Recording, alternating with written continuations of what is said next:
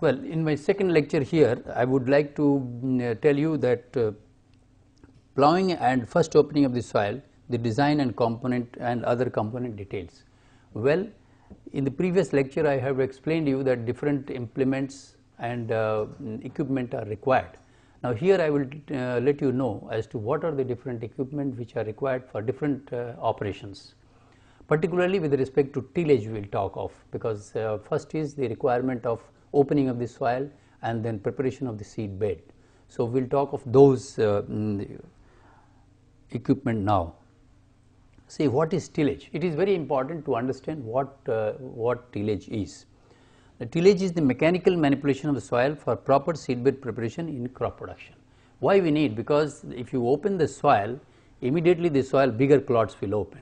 Now if you sow the seeds on that, the bigger clods will simply dump the small seeds and they will not allow it to open. So we would like that there should be a very friable and smooth soil and seed bed preparation for the seed to grow. It must have an environment, and which we call as soil tilth. So that particular small particles of soil need to be prepared from the beginning, and for doing that we will have to apply the different implements. Now the objective of this tillage is to develop a desirable soil structure for a seed bed or root bed, whether it is a seed to be put or for a root crop to be sown.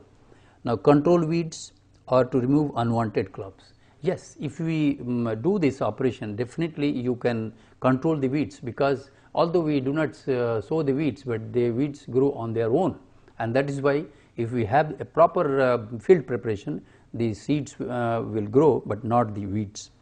Manage plant residues. Yes, there could be plant residue, there could be a previous crop, and when we are taking the field operation, first plowing up the operation or preparing the field, there could be some of the residues there. Now we would also like to manage those residues and conserve the moisture for the second crop. So this is another requirement of that. Minimizing soil erosion by contour tillage, listing and proper placement of trusses. Now this also helps us. Erosion of the soil or soil conservation is important here when we are operating these equipment, particularly depending upon which type of equipment and for what operation we want. And definitely this also, many a times we would like to mix the fertilizers and amend the soil sometimes by using salt, etc., which are mixed with the soil, so that the condition of the seed bed is better prepared. It depends on the condition of the soil initially and what we want to do the operation. So for various these operations we require the tillage equipment. Now what are the equipment? See the types of tillage equipment. Now you will see that for tillage we need mainly two types of equipment. First is the primary tillage operation, where we require primary tillage implements. Now a moldboard plow, a reversible plow, a disc plow, a chisel plow or a subsoiler. Now these are required in different conditions. For example, this moldboard plow will be required for first opening of the land. The disc plow is also for the first opening, but there is a difference between these two. What happens is that in moldboard plow you require that the field should not have a stony field or lot of bushes and trunks, etc., of the trees, etc. But if there are bushes and stones, etc., at that location this disc plow is the one which is best, because it has discs and these discs rotate, so they will not be able to get damaged as compared to the disc plow. So these are the two which are there. Sometimes when we want that a chisel plow or a subsoiler, where in the lower part of the plant root zone we find that a hard pan comes, and then in order to cut that we require subsoilers. These go up to about 1 to 1.5 meters or so. So these this subsoiler is required for that. And this is another equipment, although this is old equipment, this has become, of late it has become very useful, because it helps us in conserving the time at the headlands. So management of the time at the headlands is very important in this. So this implement is used. These are so we can say that these are normally designed to reduce soil strength, cover plant residue, and rearrange aggregates. Now we go to the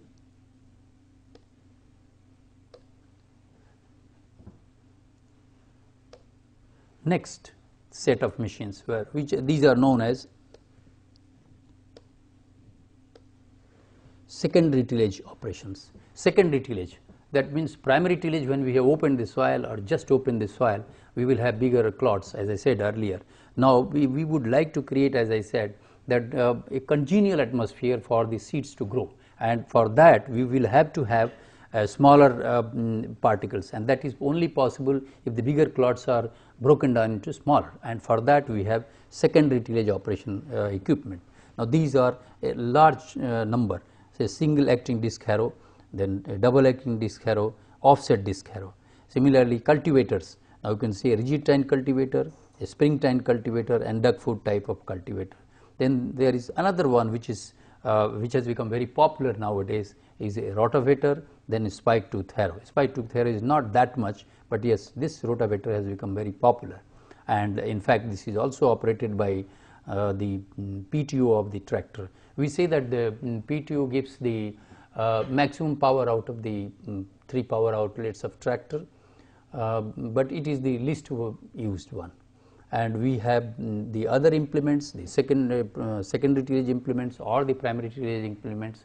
Those are all attached to the drawbar or the 3-point linkage, and although they are mostly used, they are the least effective ones. This is the nomenclature which we give, that we have the 3 power outlets of PTO, the drawbar which is 3-point linkage, and then the third outlet is the hydraulic system which is used for lifting and lowering of the equipment and maintaining a certain depth of the soil with respect to the tractor.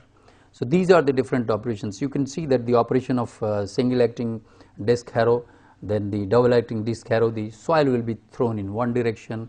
In the double acting you will have 2 rows of the discs which are maintained, and the offset disc harrow, it is offset with the line of operation of the tractor here. The spring tine ones, these cultivators, generally these are all operated within a zone of about 4 to 6 inches, or maybe about 8 to 10 centimeters or so. This is the operation in which this is the depth at which these are operated.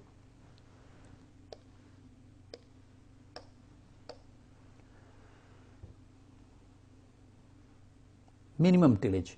Now there is another concept which is not new one, which is for a long time, is the minimum tillage operation, where the tillage we do not disturb the crop to a greater extent, but then these it improve the soil condition and improve the soil moisture, and where we do not have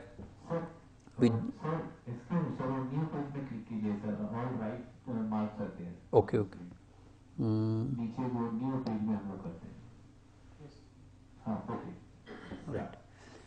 Right. So the minimum tillage here. Minimum tillage here, it means reducing the row crop production cost by improving the soil conditions. Here minimum tillage, we will not be churning the soil to a greater extent, and that way we will save energy. At the same time the moisture content will be there. Some of the equipment to reduce the mechanical energy here, conserve moisture, optimize the soil condition, and minimize the number of trips over the field and hence time. For this we have a very popular equipment which is being used all over the country, is a zero till drill. This is another one which is Happy Seeder, developed in Ludhiana and being used all over the country. This is one of the very effective tools for this. Now another thing for maintaining the soil moisture, we would like to, after the soil has, after the after the crop has been harvested, we would like to take advantage of the moisture which is there, and for that we would have we would like that the same stubbles could be cut and then left in the field, so that they will conserve the soil moisture and then the next crop can be grown. So for that stubble mulch tillage equipment sometimes are used. One is shown over here as a mulch machine. With these, now I would like that let us go to the field and have a look at the operation of these machines under the field conditions, and I hope that you will enjoy this operation and have a look at the different operations, and we look forward to your questions and queries that you may have. Thank you. Dear students, welcome to the course on farm machinery. Well, when we talk of farm machinery, we must talk of the power source which will be driving those machines which are there for different operations in the field. Well, tractor has been found to be the biggest and the largest power on the farm, and you must have seen the tractor today which is available in a very different shape. But I am going to show you a tractor which was here in IIT Kharagpur and was operated during early 60s and 70s. Which has some features which were totally different than what it was at that time. Now it is essential only to say that what was there in the history and what were the design as at those times. Now you must have seen the tractor which is well balanced today and which has 3-point linkage, but a tractor which we have here, which is a Russian tractor, and it has 2 points. Now these, you can have a look at this. This is one point and these 2 points. These 2 points. The third point is not available here. So the implements, generally the implements were larger implements and they were semi-mounted type of implements, because the third point, if it is there, then it becomes a mounted implement, and in the 2 points it becomes certain portion of the weight is supported by the tractor and the other weight is supported on the road. Now another thing is that in this tractor we have seen that the distribution of the engine, the transmission, the differential and the final drive are totally well distributed. But in case of this tractor, we can have a look at this. You see that here, you have seen in the present tractors the PTO is a back PTO, but here it's a front PTO. Have a look at the same 6 spline, but this is a front PTO. And the weight distribution, you can see here that this is a long beam where the weights are kept, and the balance of the weight with respect to the rear weight by giving weights on these, and the steering was operated through this. A similar kind of operating system of the steering which are here, the way we have Ackermann type of a steering system. But the weight of other portions of the engine, transmission, everything is to be just here where the operator seat is there, and you can imagine that what was the condition of the operator when the engine is vibrating here and the sound is being made, everything, the fuel tank, everything was here, and the tractor is operating, and this tractor and all the controls are over here. So no consideration was given for the human being. So it is worth showing here that this particular tractor, which was totally different than what it is at present, and it has front PTO, it has back PTO, you have a 2-point linkage, and all the subsystems of the tractor are concentrated at the back and above which the tractor operator used to sit. Now when you go to a new tractor, have a look at that. So you have a look at the new tractor today. We have 2 points as I showed you there. Now here there are 3-point linkage. This is the first point, which is a lower link, then this is another lower link, the second point, and the third one is this top linkage, which is top point. So these are the 3 points which are there for attaching the modern implements in those modern tractors, and the PTO is here, which is a back PTO. Now it has also a single link where you can attach the trailer, where this is the pin here, and we can attach at these 3 locations. Now you see the weight distribution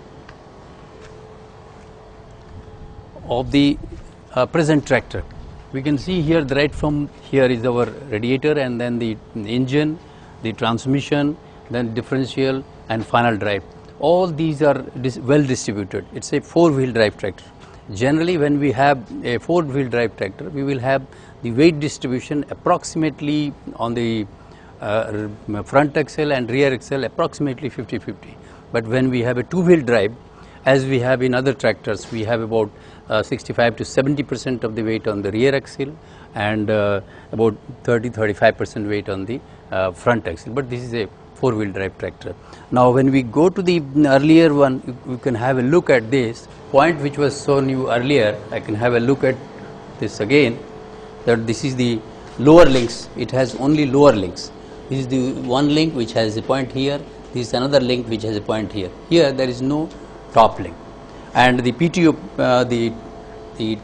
the back PTO is over here just like ours, but all the locations of everything was at this position. You can see the exhaust of the other tractor and exhaust over here. Now the exhausts are located over here in contrast to the new tractors. The difference here is that these tractors were not thought of particularly with respect to the operator, because these were made in 1940s or so, and this is a Russian tractor. In the 1960s only, when John Deere had thought of about the tractor operators, then we had modern tractor seats. Just like, have a look at this, the tractor seat, which has a suspension system and which is well balanced. Even the controls, we had seen the controls that all controls were at one location, but here the controls are well distributed on the right hand side, left hand side, and the leg controls. The safety which is there, in fact you can see the footrest. The safety is very important here, because when the person operates, now how to get into the tractor and get out of the tractor, these are very important. So with respect to that, we can see that for person to get up, this is the location where he can have a look, hold. He can hold here and then put his leg over here. In fact, sometimes you need, for a smaller operator, you need another step here by which he can get into tractor. So if you see the old tractors and the modern tractors, there is a large difference which has taken place over the years. Now when we are talking of taking the power out of these tractors, we have three main power outlets. One is the PTO, which is in fact of two types. Generally a PTO we will have 6 spline or 21 splines. These are for 540 plus minus 10 RPM, and then another 21 splines will have about 1000 plus minus 20.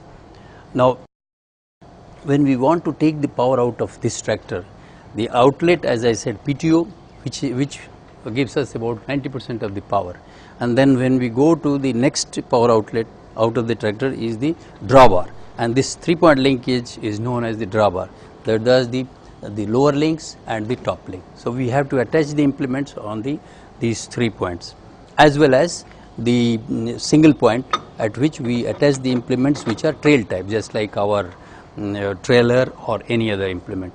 Now when you attach the implement or any equipment for taking power from the PTO, you get about 90% of the power. When you attach to these 3-point linkages, then that implement, although it becomes a mounted implement, wherein the total weight of the tractor, weight of the implement is attached to is virtually taken by the tractor, and it also helps in the traction and the tractability of the tractor. But then trailed implements, which are very less in number nowadays, we have all the most of the weight which is supported on the ground, and a portion of the weight is supported here, which are known as semi-mounted type of implements. Now in later course of this course, we will let you know as to how they are attached to the tractor and what are the lines of force which are acting between the different points, and how the implement is interacting with the soil. Now here I would like to show you how the implements are attached with the 3-point linkages. Another thing which I wanted to show you, where many times the students are not aware. Now the tractor wheel, the size of the tractor wheel, many times it is asked that, okay, what do you mean by the size of a particular wheel? Now you see here it is 16.9 into 28. Now this 16.9 into 28, this means that 16.9 is the section width which we can call from here, or we can take, if you draw a scale from here, and then this width is 16.9, which is in inches. Mind you, this is very important to be noted that this is in inches. Then 28, this is also in inches, and this talks of the rim width from here to here, the central distance of this particular circle, that is in rim width of the tire.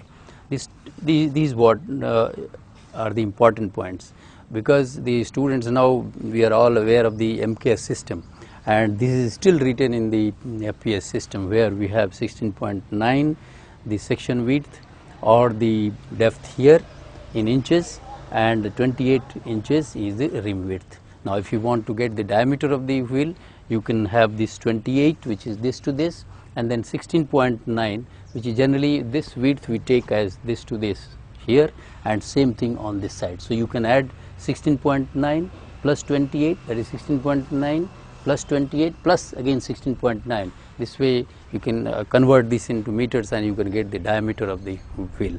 This is very important. Sometimes even the boys would not like to would not be knowing as to what is meant by wheel base. They generally think that wheel base is the total length of the tractor. It is not so. In fact, wheel base is the center to center between, from here, if you call this is the center to center distance between the front wheel and the rear wheel. So this distance is known as the wheel base. And wheel tread, this is another thing which is important so far as the tractor is concerned, is the wheel tread. Now wheel tread is the center line, the center to center distance between the two rear wheels as well as the front wheels. Center to center distance, center to center, this is wheel tread, this is called wheel tread, and which I showed there, center to center distance between the two wheels is the wheel base. It is very important to know, because when we want to find out the weight of the tractor and this calculation of the CG as well as the force employed by the tractor onto the implement when it is operating in the soil, it is very important to know these parameters, which are very essential portion in finding out the total draft requirement and hence the power requirement. We have a problem of having the total power and the matching of the implements, because tractors depending on the type of the 3-point linkage we have. In fact, the 3-point linkage are having in different categories, the category 1, category 2 and category 3, which is mostly dependent on the power of the tractor. So, and generally higher horsepower tractors belong to the category 3, and we do have about the category 2, which is most of the time within the 50 horsepower tractor that we are using. Now, it is important that how much power we are taking from this tractor and how much power is actually required by the implement is still a mystery, because when you go to the soil is a viscoelastic medium, and that keeps on varying depending upon the soil moisture content and depending on the depth at which it is operated and depending upon the type of the soil it is. So this is a complex thing which needs to be found out, and still people are working on the matching of the implements with respect to the power source, which is still, when we drill it in the treatment of mathematical treatment, I will show you how we are in a position to find out the matching implements for a particular power source. Now we will show you how this attached to a tractor. Many times the actual attachment of the implement to the tractor is not shown, but let us have a look at this.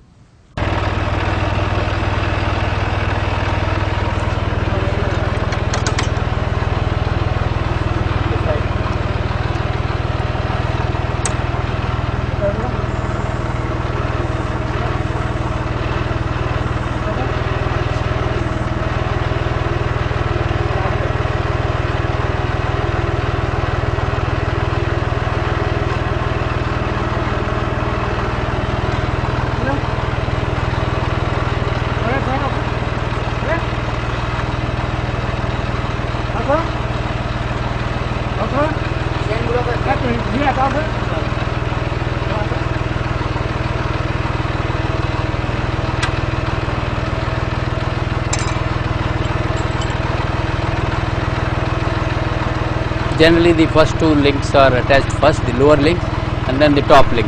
The problem is these only. We generally put the right hand side one and then go to the left hand side, and later on, once these two are made, the top link is easier to be fixed into this.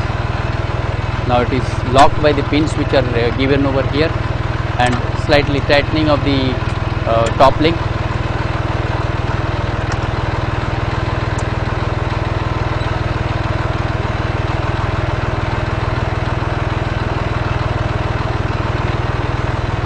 Okay, the implement is now attached and now it can be lifted or lowered depending on the situation. Yeah, we can see that a two bottom modular plough has been attached to a tractor. Now it is very important to understand how the moldboard plough acts. What are the different components of this? In fact, the cutting edge or the cutting part of this moldboard plough is this part. Now this is the shear and this is the shear point. It has a mold board. Now this board's purpose is to invert the soil. Now it has the length, this is the shear which is there, and in order to connect this cutting edge as well as the board and the shear, this we have a frog which is known as this portion, which is known as the frog of the component.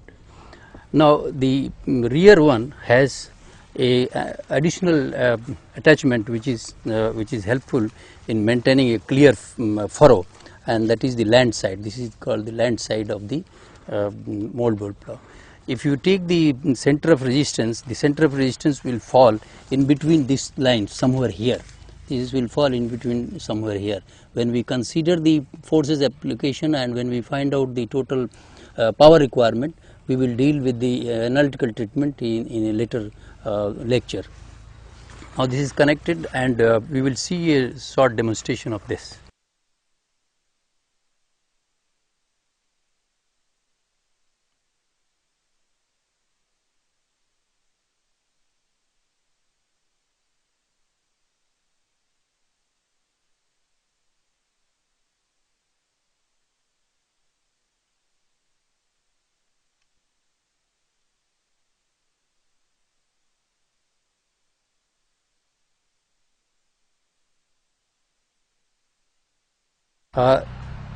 In continuation of what I said earlier, the moldboard plough and the disc plough, these are the two primary implements which are used for opening of the soil. Well, the moldboard plough is generally used for first opening of the soil where the land is not that stony or very grassy, but where it is very stony land, there the moldboards are not used. Generally we use these disc ploughs. Now this ploughs, in fact, if you see the difference between those the moldboard ploughs and this is that this miniature plough which is generally in front of the moldboard plough is replaced by what we have instead of the moldboard. We have a concave disc, steel disc of about varying between 610 to about 710 diameter of the disc of both these discs, and generally it maintains a certain position with respect to the vertical. The disc there is a of this angle is known as the tilt angle. Now this helps in increasing the depth or maintaining a particular depth which we want. So we can change this, and the disc angle is, now this is the direction of travel. With the direction of travel, if you take the disc, there is the angle which we maintain is the disc angle which we say. Now this disc angle and tilt angle, both angles are very important. The tilt angle generally varies between about 15 to 25 degrees or so, and the disc angle varies between 42 to 45 degrees with respect to the line of travel. These are very important when we want the total output of these discs. So why it is important is in case of stony ground, this disc rotates. So since this rotates, there is no problem in operation of this. But had it been a moldboard plough, the plough will virtually break if the ground is very stony. That's why for primary tillage, these two implements, the moldboard plough and the disc plough, are used for first ploughing of the field. Now we'll see the operation of this. It is lifted by the hydraulic system of the tractor, as I told earlier, and it will be maintained, its position will also be maintained with respect to the tractor with the hydraulic system. So we'll see the operation of this as well.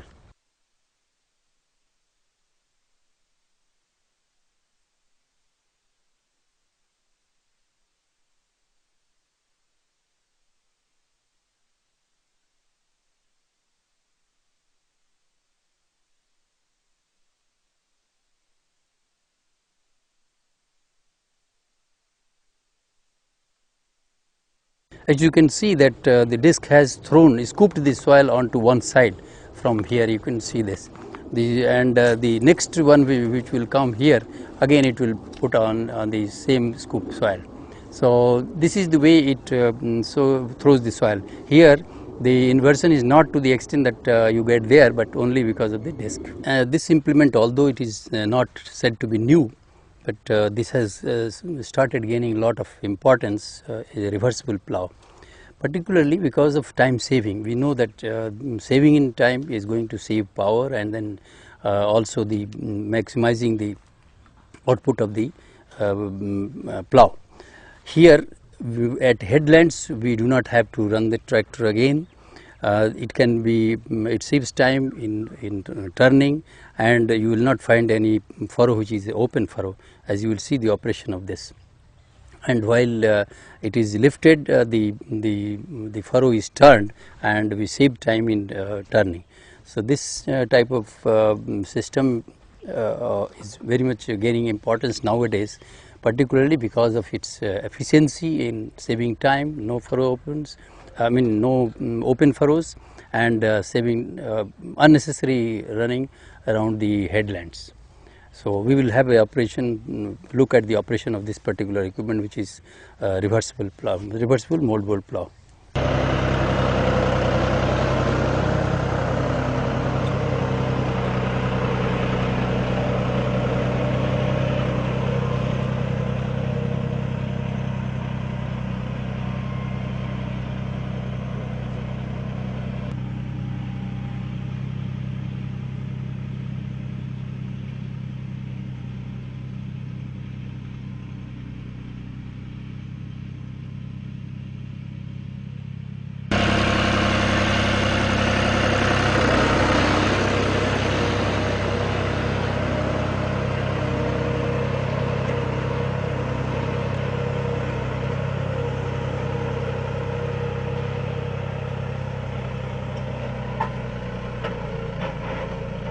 As we have seen the operation of this equipment, apart from the primary equipment, which are the moldboard plough and the disc plough, we have secondary tillage implements. That means after first opening of the soil, we would like to prepare the soil, prepare a soil tilth which is required for preparation and seeding of the seeds in any crop. So the secondary tillage of this, so these are known as secondary tillage operations. This is one of these, which is a disc harrow. You can see that there are two gangs of disc on the same axle here. One are notched discs, the other are not smooth discs are there, and they are set at certain angle with respect to the line of motion.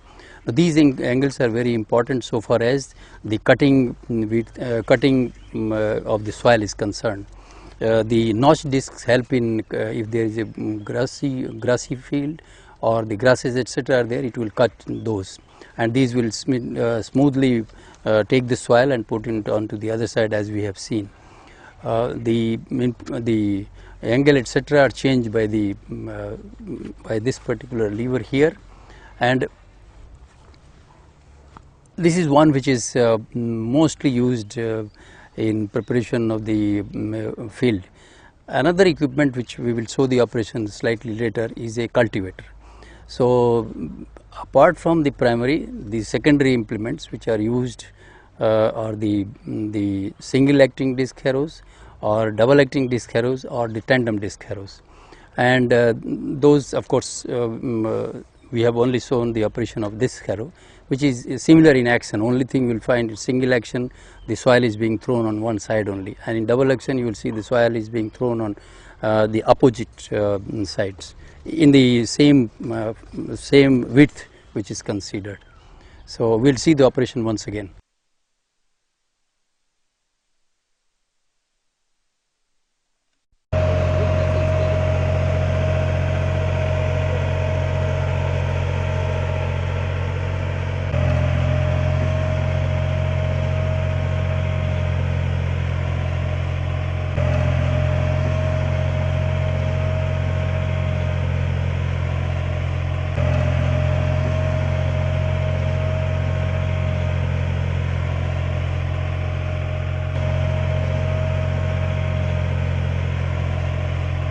We have seen that two types of implements, particularly the primary tillage implements, which is moldboard plough and disc plough.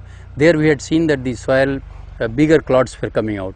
Now when we operate the secondary tillage implement, the aim is that these clods will be smaller and the soil will become very friable. So you can see that the soil will become friable as case of, say, the big clods which are coming.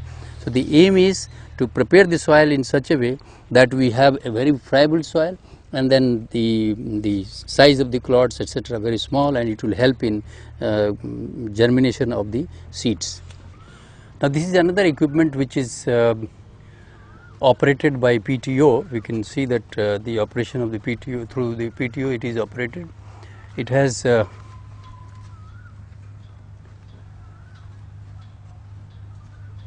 is universal joint here, connect, there is a worm gear. This particular equipment is a rotavator, and this has become very popular nowadays because it saves time and energy. Because earlier we have to have a primary tillage implement, then secondary tillage implement, and twice or thrice operation of these, and so energy requirement is very high to prepare the soil before seeding. Now this has become very popular nowadays because it doesn't require several operations and several passes. In fact, after harvesting of the crop, you can operate this and then prepare the field for sowing. So many locations we are operating this equipment, and particularly where the soil is not very hard, this is one which is very popular, saves energy, and all advantages with this. So this is another equipment operated by the PTO. As I said, that PTO is the one which has the maximum power outlet, but the maximum percentage of power outlet, but it is least use. But this equipment has made it to be used to a greater extent. We will see the operation of this rotavator in the field now.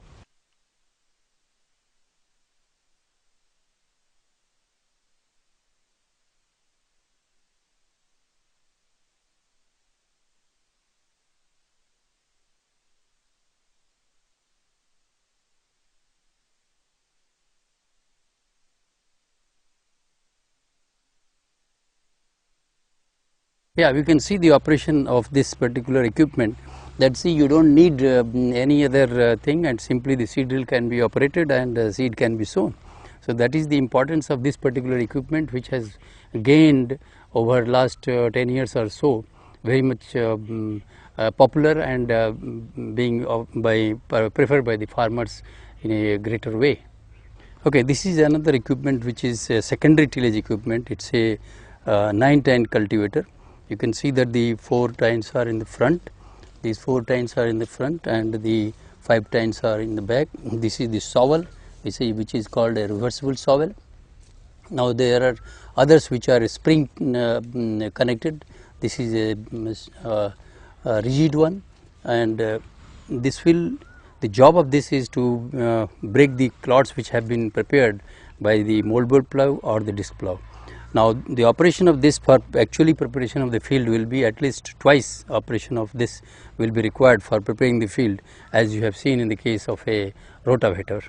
So definitely it requires more energy as compared to that, but then in conditions where we have to prepare the field after first ploughing and second ploughing, which has been a virgin for a long time, then you will require the operation of this. We will see the operation of this as it is mounted and connected to the tractor.